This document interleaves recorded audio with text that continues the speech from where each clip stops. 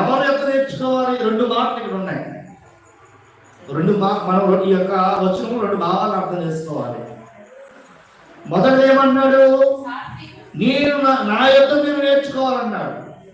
క్రీస్తు దగ్గర నేర్చుకోవాల్సిన విషయాలు ఏమిటి అనే ఒక విషయాన్ని మనం ఆలోచన చేస్తే ఏంటంట, మొదట్లో అంటున్నాడు, నేను ఎవరినంట?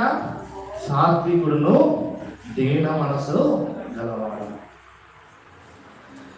ఎవరైతే సాత్వికంతో ఉంటాడో, ఎవరైతే దీన మనసు కలిగి ఉంటాడో వాడికి ఏం దొరుకుతుందంట?